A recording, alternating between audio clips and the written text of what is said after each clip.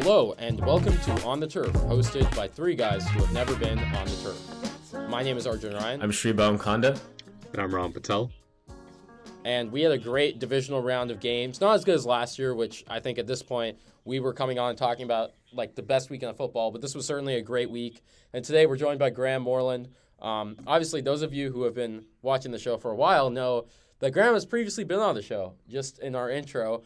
Before the draft last year, I think it was the week of the draft, Graeme sung that beautiful song, Draft Story, patterned off of Taylor Swift, to bring Deebo Samuel back to San Francisco. Because there was a time where Deebo Samuel, he may not have been a San Francisco 49er, and this team may not be in the NFC Championship without him.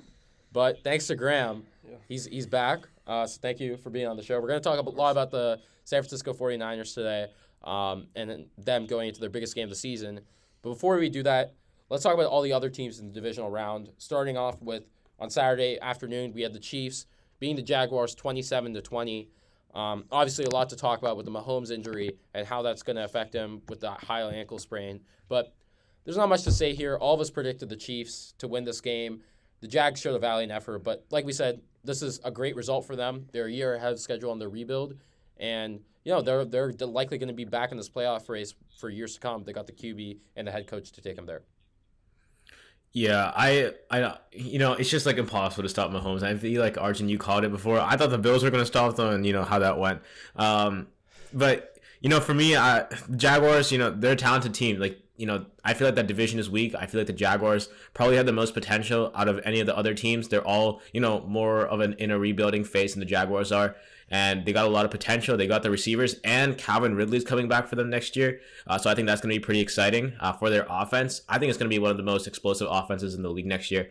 So I'm going to be excited for the Jaguars, but, Chiefs kind of steamrolled them, even with Mahomes' injury. Yeah, I think same thing as you guys said. Jags have a bright future.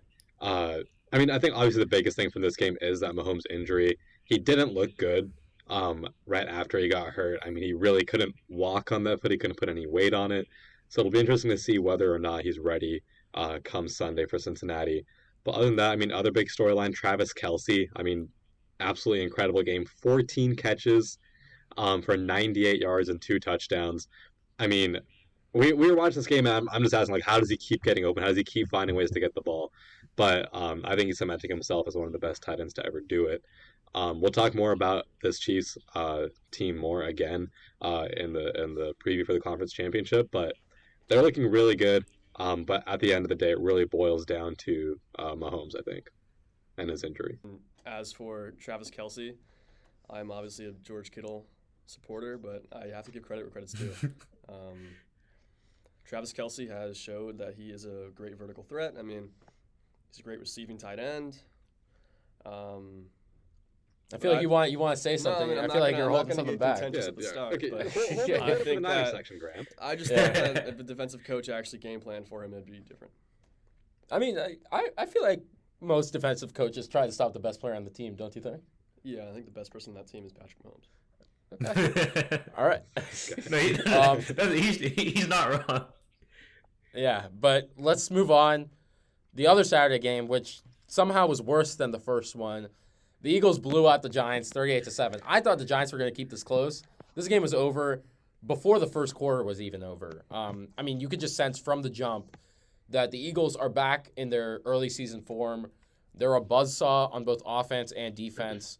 This Giants team, we talked a lot about how they're overperforming, even more so than the Jags did, I think, relative to the talent that's on their team. The Giants, I think the bill came due for them. The world kind of saw what the Giants really are talent-wise.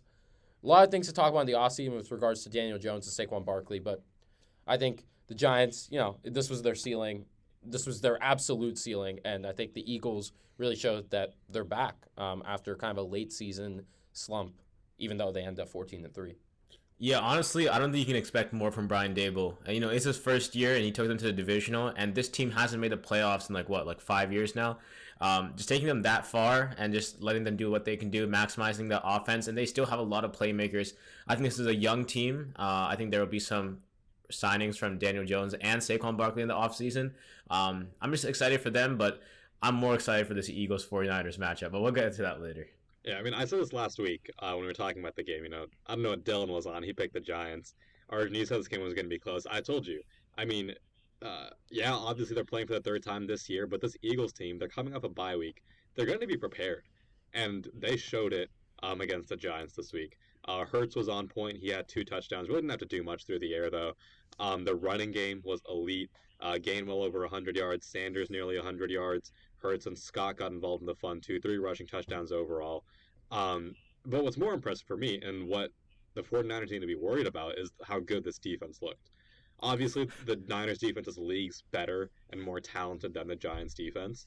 But Daniel Jones didn't look like he played all year. He had a very rough game and interception. Barkley couldn't get going on the ground just because it fell down so quickly. Again, obviously the Niners are more talented in a lot of those aspects, but I think it's going to be interesting to see whether this very equally talented Eagles defense can throw Purdy off of his game. And I think that's going to be something to keep an eye out for. But I know, Graeme, you probably disagree with me on that one.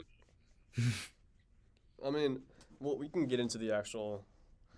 I think I see possible talks of a game plan in the future, but I think for just pure analysis of the Eagles-Giants game, I would agree with pretty much what was said already. Eagles looked fluid on offense. It looked like they couldn't be stopped. They looked like they didn't make any negative plays, and that's usually what wins a football game. And I think, honestly, I'm not sure if anyone really expected the Giants to really come out of this game on top. I'd say from this game is that the Vikings were the worst. Yeah.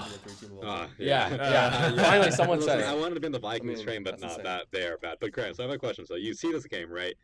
They rout the Giants. They look virtually unstoppable. I mean, what's the flaw you see in this team now that you think that the Niners can really exploit? I mean, they looked unstoppable. Of the Eagles? I think it's more of, instead of trying to find a hole to rip open, I mean, it's more of like, you just got to trust that your team is going to come out on top right now.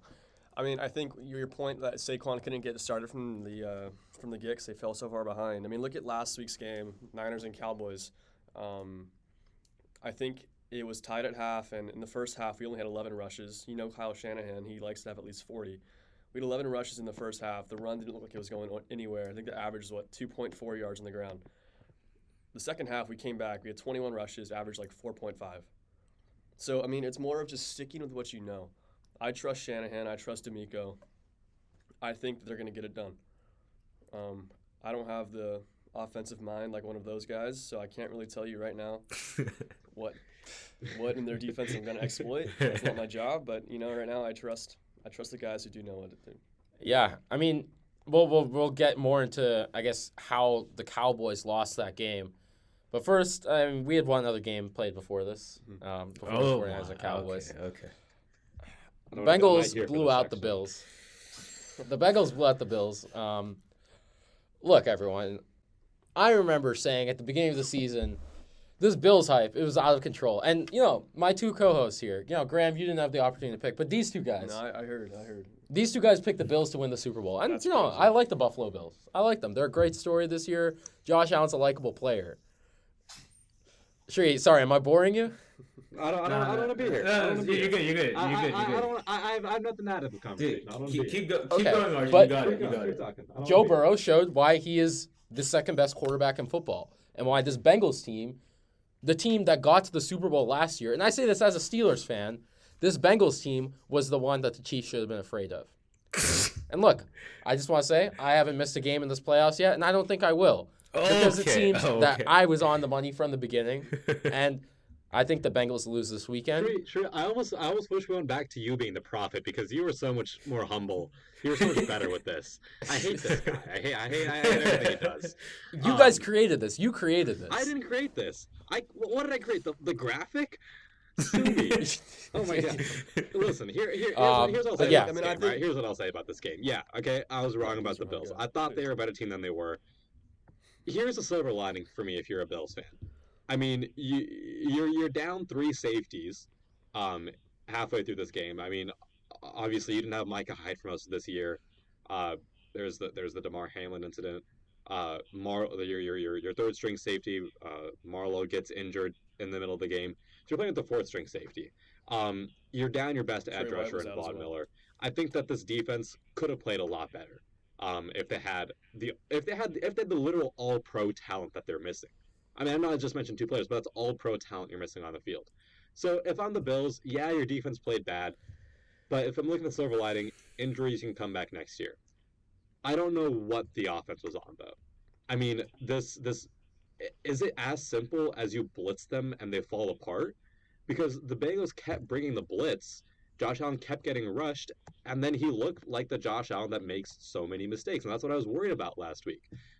He was 25 for 42. He threw a pick, no touchdowns. It wasn't a good performance from him.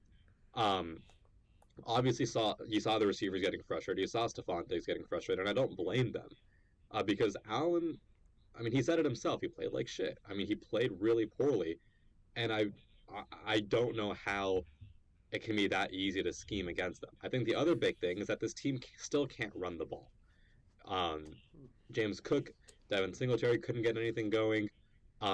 Again, I don't know why. It's not like their offensive line is terrible. I think their offensive line played pretty poorly this week. Deion Dawkins got beat every single damn time around the edge. And I think they had a couple big holding calls that pushed them back too.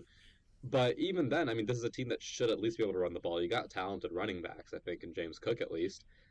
Can't run the ball, and then without that, and if Josh Allen's off, it puts all the pressure on him. They blitz away, and force him to make mistakes. Again, it shouldn't be that simple to beat this Bills team. I don't think that it usually is. But this is a combination of getting them on their worst day, and having a very, very good game plan to go against them.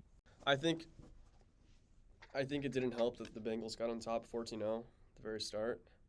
I think if that didn't happen, it would be a much closer game at the end. But that's what the Bengals do. I mean, they first drive, Burrow's heaving down 30-yarders to Jamar Chase. I don't think the defense showed up ready to play on that first drive, and I think usually when a team gets down 14, especially in the playoffs, in the regular season it happens, especially in the playoffs, you get down to 14, two contending teams, that's a hole you're really not going to dig yourself out of. I mean, I also agree with Rohan's second point that I think the reason that we keep seeing the Bills make it and then not make it is because they're not a run team. They don't run the ball. They're a pass-first team and a pass-second team. I mean, yeah, there's no run option, and I think people they forget how much running loosens up an offense and how many more opportunities it presents. I mean, Devin Singletary, he's not a good running back.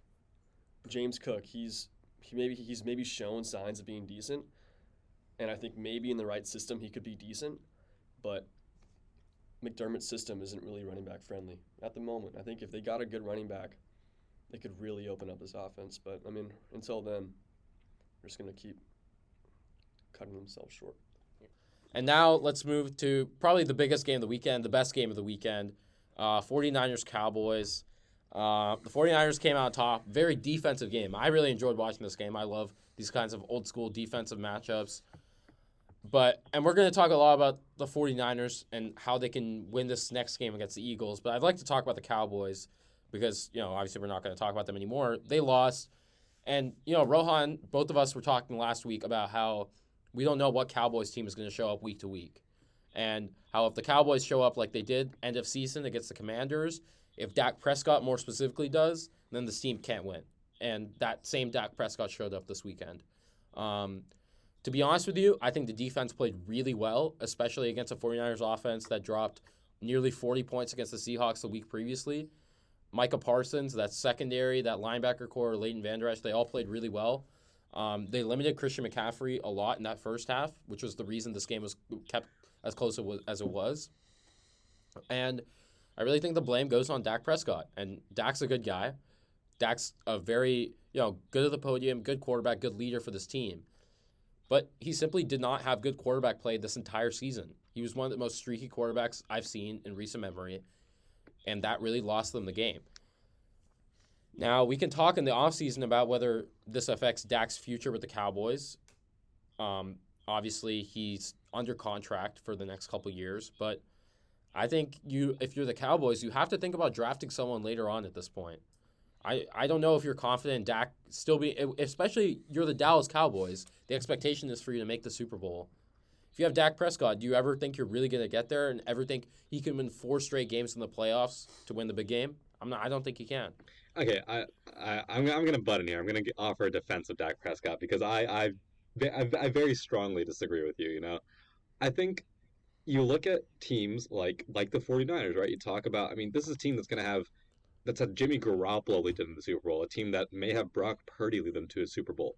You gonna take that? It's a team that knows how to build from the ground up and realize that, yeah, quarterback's important, but as long as you have someone competent there, you can get the job done. And Dak Prescott is more than competent. I mean, we flipped a complete switch from last week. I mean, I get you're saying he's streaky. I agree he's a bit streaky, right? But last week he was near perfect. Over 300 yards, 4 touchdowns. This week, you expect him to come out against the number 1 defense. He still throws for over 200 yards. He has a touchdown. Yeah, 2 picks, and that's an issue with turnovers. But he has no running game. Ezekiel Elliott, as we said before, seems pretty washed. He was washed on Sunday. He had 10 carries for 26 yards.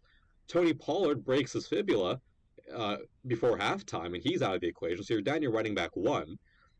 And who do you expect Dak to get the ball to? I mean, CeeDee Lamb's his number 1, obviously. But no, hear me out. CeeDee Lamb is a clear-cut number 1 receiver in this league.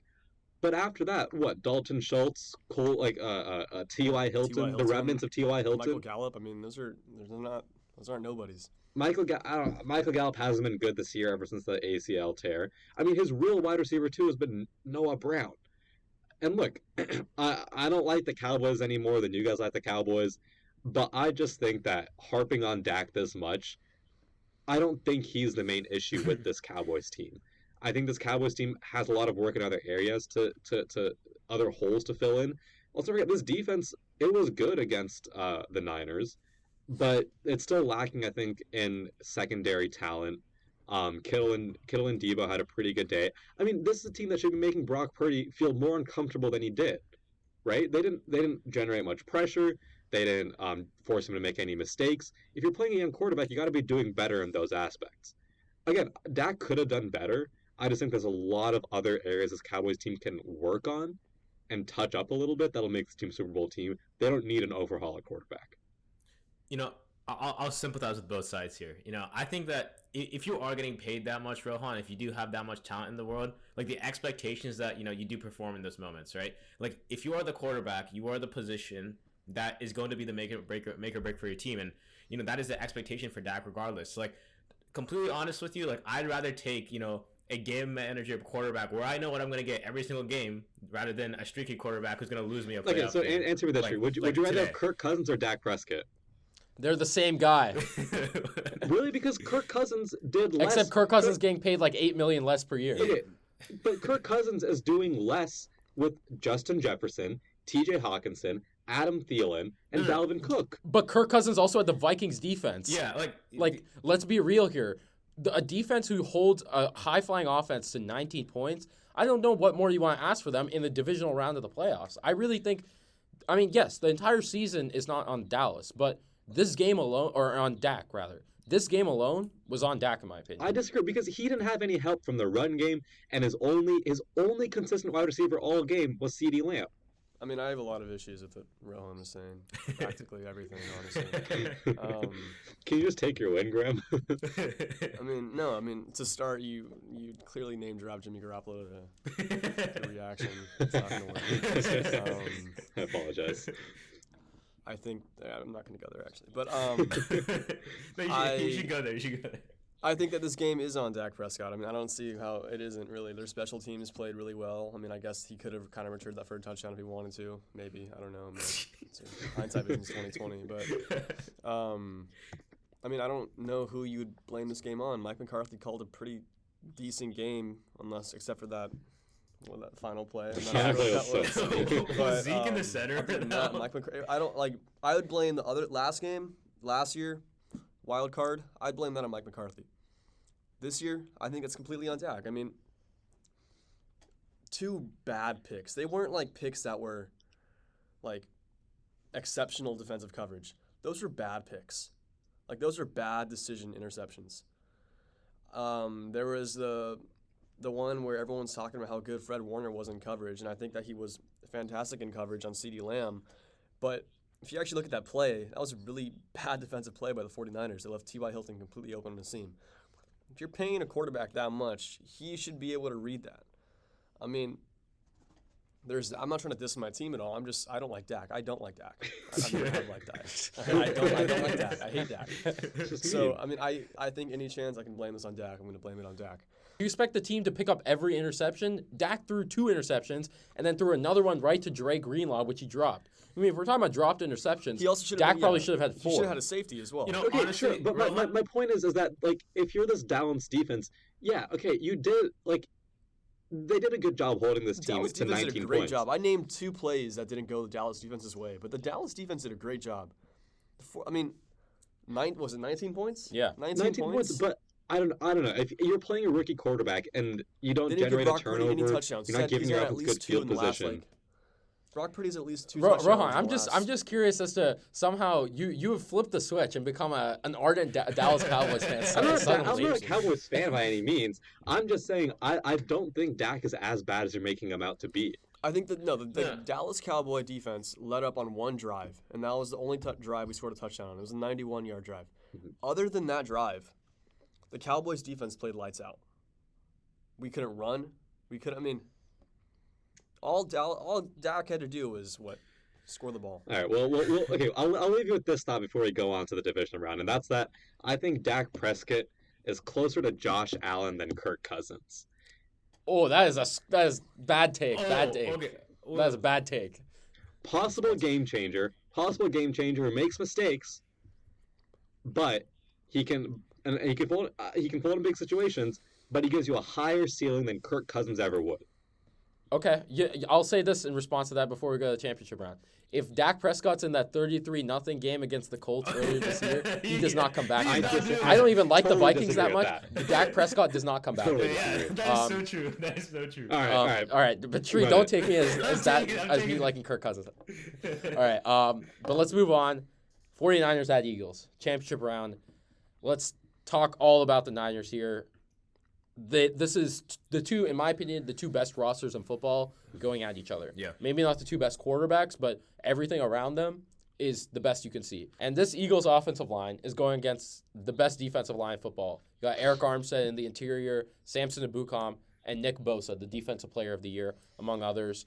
And they're going up, against a front 7 as well. Dre Greenlaw and Fred Warner, the best linebacker duo in football. I mean, that's really where I think this game is won. Whoever wins that battle in the trenches wins this game. If that Niners defensive line can make things hard for Jalen Hurts and even more so make the running game suffer a little bit because they're the best run defense in football easily, then the Niners win this game. On the other hand, this Eagles offensive line can start to create openings in the run game for both Jalen Hurts, Miles Sanders, Kenneth Gainwell. Then the Eagles have a really easy path to win this game. I think it really is won there. I think the Niners are the defensive line, and their defense is the best unit left in the playoffs out of any of these 4 teams. So I think the Niners defense gets it done and limits Jalen Hurts a little bit. I think this will be a really ugly, low-scoring game like we saw last week against Dallas. And in that kind of game setup, I'm going to take the Niners. If it's a shootout, I'm taking Jalen Hurts. And I think the best bet for the Niners is to avoid that shootout. Most playoff games are won in the trenches. I mean, I think more often than not, a playoff game is not a shootout.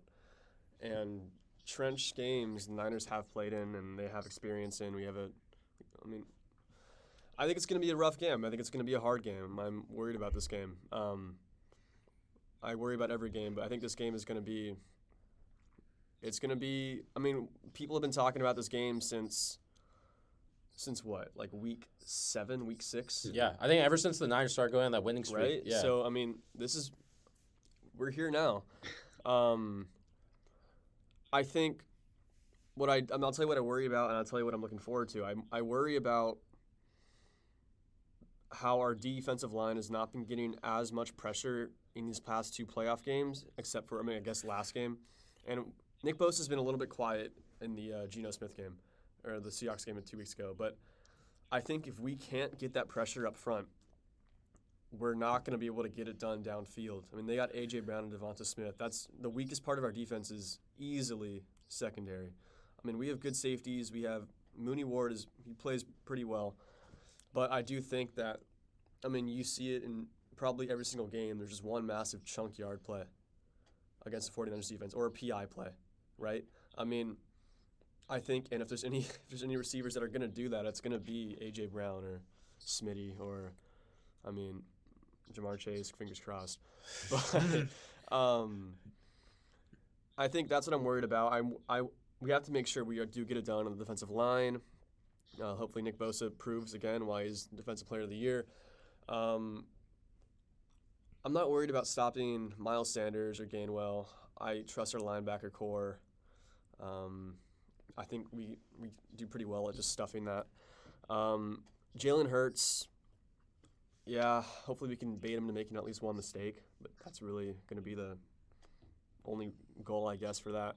I think for our offensive line, that's going to be the biggest thing, is defenses recently have been trying to push Brock Purdy out to roll left because it's his weak side, and it's kind of been working on a few plays. So I think Shanahan needs to just make sure he doesn't do anything crazy. I think at the start of the Cowboys game, he was trying to do a little bit too much, and he does that sometimes, is where he tries to do too much. And I think we need to stick to our roots at the start. We need to show them what we do and what we do well. I think the second we start hitting that defensive line with some Christian McCaffrey screens, they might bite off a little bit. So, I mean, we'll see. That's just a little preview, but please. Yeah. It should be a good game. I mean, Graeme is the least excited fan I've ever seen. I can just sense the fear in his voice. It's going to be, I mean, I'm a very superstitious person. I wish there was some wood I could knock on right now. But, yeah, I mean, I don't want to get overconfident. I mean, I know this is a good team. I know our team is a good team, and hopefully we come out on top. That was invigorating. That was invigorating, Graham. I don't want to jinx it, man. I've jinxed myself, since we've been against the Ravens. So let's just get it done. Job's not finished. Job's not finished. Yeah. All right. Well, here's what I'll do. I'm gonna throw some numbers out there because I've been looking at some stats. So the Niners, I'm a stat guy. All right. Let's tell a different story. Listen, Graham, you said it yourself, right? This Niners pass defense is their weakness, right? They're bottom 12 group in pass defense, which isn't terrible when you look at considering the fact that Just say we're number 20, dude. Just say we're number 20. Sorry, number 20. Number 20. I forgot the exact number. Okay. 20. You go bottom 12. I mean, it's not. I forgot. I was like it was somewhere in that range. Anyways, the stats say bottom 12. I'm looking on Pro Reference. All right, chill. And they're going up against a top 10 passing offense in the Eagles, right? So that obviously is my first issue. Then, as you said yourself, the Niners, when we talk a lot about this Niners front line, right? They're a really good run defense team. They're the number one run defense in the league, in fact. But they don't generate pressure, as you said. I mean, they have 44 sacks in the year, which is impressive. But then you compare it to the Eagles, who have 70 sacks on the year, and they've allowed 44 sacks in the year too. So I don't know who wins that matchup in the trenches when the Eagles are on offense. I think this game really comes down to how good Jalen Hurts can be. I think you're right. They will sort of nullify the impact of the run game. And this does come down to Jalen Hurts. Can he make plays with his legs and extend plays, get around the likes of Joey Bosa and Arik Armstead? And can he beat them downfield? I'm erring towards yes. I think that he's played very, very efficient football this year. He hasn't played a defense like the Niners, obviously, but he's played very efficient football so far. Nick Sirianni's making the game look easy for him. I hate Nick Sirianni. He's a good coach. I'd hate him too if I'm going up against him, but he's a good coach. And like I said, this Niners team their defensive line is stopping the run, but it's not necessarily getting pressure.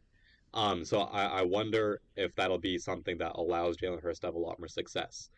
I feel like all stats go out the window when you're in a playoff game. I feel like especially when you have two, amazing rosters, that's just going to be ugly football. I don't really care about the stats at that point. It's just going to be based on how the game is, how the environment is, how the atmosphere is, and just ultimately how each of those plays is going to go. I think, I completely agree. It's all on Jalen Hurts. I think that each of these teams is going to limit each other as best as they can. And I feel like for the Eagles, it's going to be their run game and their offensive line. It's going to come down to Jalen Hurts. And, I agree that the 49ers, secondary might be the weak part of it, but this is a very underrated group. I feel like it's always been an underrated group. And I feel like they're gonna get it done. Brock Purdy, he's gonna go to the Super Bowl and be the first rookie quarterback to ever do so. All right, so then before we close out with this game, obviously all of us have alluded to our picks. I want you guys to give me your pick, the score, and who you think the MVP of the game, obviously the winning team, would be. So I'll go first. I'm going to pick the Niners. I'm going to say 20-17, and I think Fred Warner is the MVP of the game for that Niners defense, and I think he makes some big plays in the run game to keep this Eagles team and force Jalen Hurts into a couple of mistakes. Yeah, I mean, I think obviously Niners. I'm going to say 24-20. And I think CMC. Yep. Fair. Like I said, I'll say Eagles. I'll go solid 27-24 hard-fought game. I'll pick the easy pick, Jalen Hurts, but I think Hassan Reddick is going to be a name to watch. I think he'll have a good game chasing down Brock Purdy. All right. I'll go 16-13 Niners. Oh. I think it's just gonna be one touchdown, just a bunch of field goals. And yeah, I hate to copy Arjun, but I was actually gonna also say Fred Warner as well, and for the exact same reason. Even though but yeah, that's what I'm predicting. All right, so I see you're not being very original today. We've always had every single thing. Every single time. The creative brain's turned off, I see. Yeah, this is why I don't tell Shree my picks before I make them. And we still managed to tie every single time. Not anymore. Playoffs doesn't count. All right, so finally, the AFC Championship rematch of last year, Bengals at Chiefs. We were here just a year ago talking about this exact same game. Lots changed since then, but still these two quarterbacks. And in my opinion, I think you can speak to this to 49ers and Eagles. These are the four best teams in football. I think sometimes you have those teams who come in, they're not necessarily deserving of being in that championship round. Last year, you could say the Bills. But right here, we got the four best teams in football. And I think the Bengals and the Chiefs really are the heavyweights of the AFC. Like I said, I think they always have been. And we've got a hobbled Mahomes. And look, I've been on the Bengals train this entire year. I have told you guys how I think this Bengals team is going to get to the AFC Championship, how I thought at one point they were going to get to the Super Bowl. Last week we saw their three backups on the offensive line play really well. I don't know if it's going to be the same story this weekend. I think Chris Jones, Frank Clark, and George Karlaftis are a big threat to that Bengals offensive line. And I think Patrick Mahomes on one leg, he'll be on 1.5 probably because he'll be popping painkillers before the game. But I think even Patrick Mahomes on that is still the best quarterback in the game, even though I think Joe Burrow is the second best quarterback in the game. And I think Mahomes can still get it done. And I'm going to pick the Chiefs here. I think it's a lower scoring game because I think this Chiefs defense finally makes some big plays. Last year, if you remember, the Chiefs took a commanding lead in that first half and really allowed themselves. The offense just completely collapsed in the second half. I think Travis Kelce continues to be this team's best playmaker, and I think the Chiefs go back to the Super Bowl. Yeah, I think the Bengals are going to take it. I mean, it seems that in the past season or 2 seasons, 3 seasons, since this Mahomes-Burrow rivalry has started, it seems like if there has been one team that can consistently beat the Chiefs, it's the Bengals. And I think the Bengals are going to take it again. I don't like Mahomes on a high ankle sprain. I know everyone's you just don't like Mahomes. I don't like Mahomes. I don't like Mahomes. Neither do you, Arjun. Don't like Whether high ankle sprain or not, you just don't like him. There's right? nothing I like about him. Nothing to like about him. But I don't want to get prejudiced here. I just think he sucks and horrible. But I think the Bengals are going to take it. I mean, Burrow has proved that he doesn't need a good O-line to succeed. So I'm going to say, are we doing picks and MVP? Yeah. I think it could be a high-scoring game. I'm going to say 28-24 Bengals. MVP is Joe Burrow. I mean, I hate the Chiefs. I hope they lose. I think quick interjection here. I think Graeme is just extraordinarily afraid of facing the Chiefs again in the Super Bowl. Oh, that's what it is. Yeah, that's what it is. Nah, what are you talking about? Listen, I'm gonna side with Arjun here. Again, I haven't been on the Bengals train this entire year. I'm not gonna admit I'm wrong, because I think if Lamar Jackson's playing for Baltimore, This is a very different playoffs and a very different Oh my season. God. It's not relevant. What? It's not relevant. Call me delusional. Rohan, if you stop want. with these bad takes. Call me delusional if you want, but if Lamar Jackson's on healthy throughout that entire year, it's a very different playoffs we're looking at. Just like how we thought if Tony Pollard came back, they'd win. Yeah. I'm just saying it's another weapon, okay? But here's what you mentioned, Arjun, the fact that they are down 3 offensive linemen. Granted, again, they played well against that Bills team, but this is a Chiefs team that's they're second only to the Eagles in sacks throughout the year. They have 55 sacks in the year. We talk about this Chiefs team a lot as a team that has a bad defense. They get gashed through the air, but the one thing they do is they generate pressure. I think that's the one thing that you need to do against this Bengals team is generate pressure, especially when they're down all these offensive linemen. I think they get to Burrow and make his life uncomfortable enough. I think this is going to be a high-scoring game. And finally, I don't know. It's just that factor of Patrick Mahomes, like you said. I don't see how Cincinnati can come in again to Arrowhead and win again away from home. I think Andy Reid has to come up with something. I don't know what it is, but I don't think he's going to come up. I don't see another game where you take the lead into halftime and you barely score in the second half like they did last year in the championship game. I think this is a team that's going to be more prepared. Their offense is distributing the ball very well. Their running game is finally a factor. Isaiah Pacheco with over 7 yards per carry last week, and that's a very, very good sign to take pressure off Mahomes. And I think that's really a key factor that differentiates this Chiefs teams, this Chiefs team from past Chiefs teams that have failed to make it all the way. So I think the Chiefs win this one in a relatively high-scoring game. I'll say it's 34-30. And the MVP, Mahomes will have a great game, but I'll say Travis Kelce has another massive game to put this team over the top. All right. I'm gonna go. I'm going with the Bengals on this one. I'm taking Graham's side. You guys are just wrong. Let me just tell you why. Right. It's Mahomes does not work against the Bengals. Like the Bengals are 3-0 against them. It's historically proven. That's what I'm saying. I feel like it's Mahomes gotta step at some point, though, right? Like they gotta lose at some point. Look, guys, I don't even like Mahomes that much, but like he's on a bad ankle. I mean, you saw the way he played. Okay, I'll give you this. Mahomes had a high ankle sprain in 2019. Granted, it wasn't his plant leg that he uses to throw, but he had a high ankle sprain in 2019. You want to know his stats the 2 weeks after that? 443 yards and 367 yards. This is and 2 weeks touchdowns. after. This is 1 week after. A high ankle sprain. No, but in the following 2 weeks, I'm saying Mahomes to me. Look, let me remind you guys, I'm the one who picked the Chiefs to not even make the playoffs this year. I'm telling you that this dude is different. This dude is the best. He's the most talented quarterback to He's this Superman. game. All right. He just is. Okay. Listen, Graham's gonna leave this podcast if you guys keep this going. I don't know. I was gonna come in here and be bombarded with Mahomes. No, let me tell you. Infatuation. If Mahomes puts up 300, Burrow's gonna put up 350. Like that's what's gonna happen. The point is, like, I don't care if Burrow's gonna get pressure. He's been getting pressure like throughout his entire career in the NFL because the Bengals' offensive line has just been historically bad. This man has great pocket presence. We saw it during the Bills, nearly flawless drives the whole game. I don't want to be a Burrow dick rider like Arjun is all the time. Like He is. like guys, Arjun is a Burrow. How the tables have turned. Dude, that's what I'm saying. I'm taking the Bengals. I think Burrow's gonna keep it. They're going back to AFC Championship. I don't care if the pressure is on him. He's gonna get it done. And hot take, I guess, but I'm gonna say Jamar Chase is the MVP for this one. Oh yeah, it's not a bad. All right, full disclosure. I guess I didn't say I'm going to say Chiefs, let's say 27, Bengals 24. And I think the MVP is Chris Jones. But full disclosure, I'm picking the Chiefs. Look, everything in my being is preventing me from saying the Bengals are going to win this game.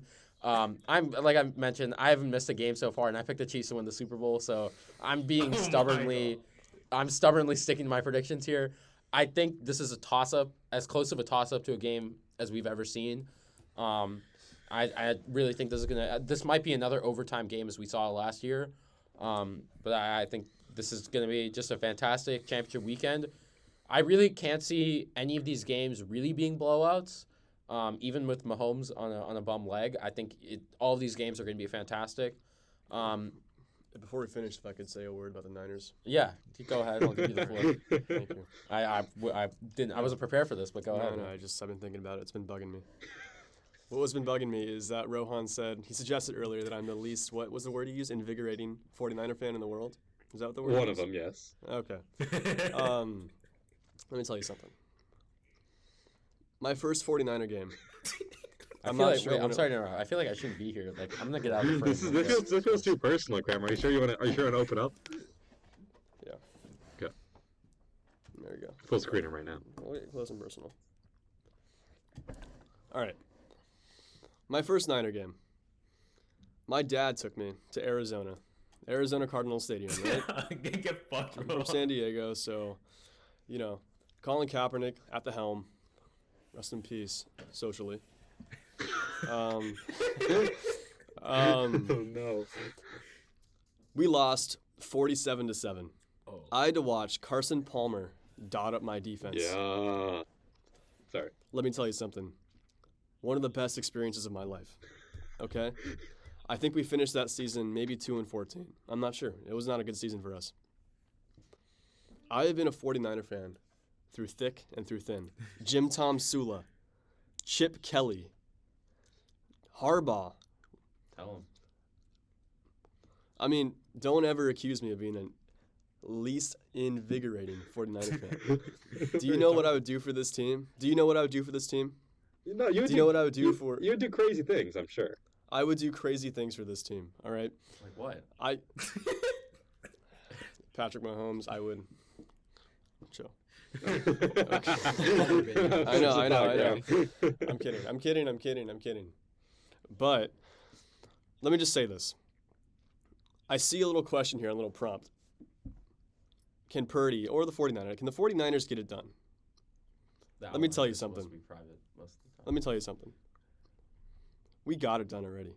This game is in the bag. All right? You wanted me to be real? You wanted me to be honest and not cocky? Screw it. I've never seen this. This game is over. Okay? We won this game already. Jalen Hurts, the Jalen Hurts who has one good season, everyone's like, this guy is the future. He's Lamar Jackson. Oh, he's so good. He's so good. He is not shit. Okay? Jalen Hurts is not shit. All right? Nick Sirianni, not shit.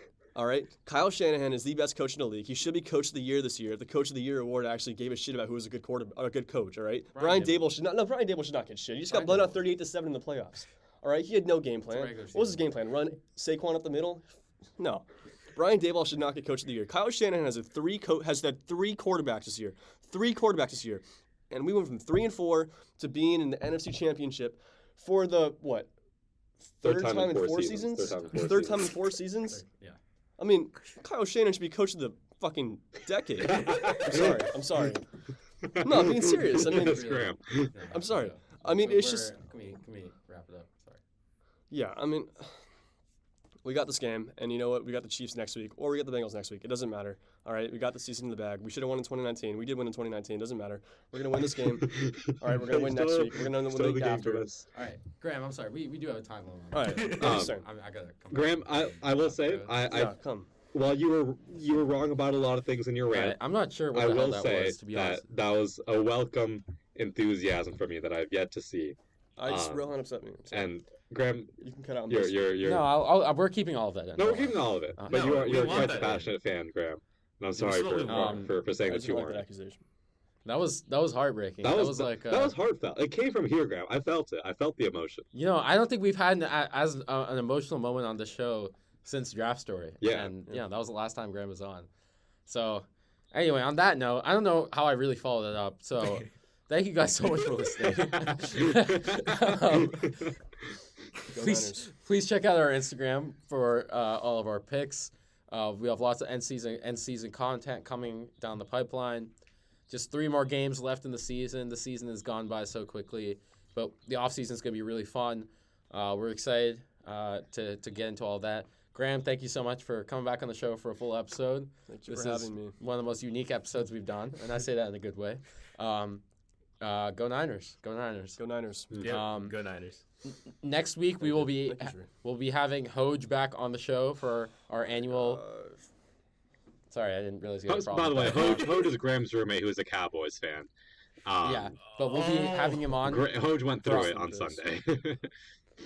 for our annual On the Turf Pro Bowl Spectacular, where we talk about everything tangentially related to football because the Pro Bowl doesn't matter. So we're excited for that.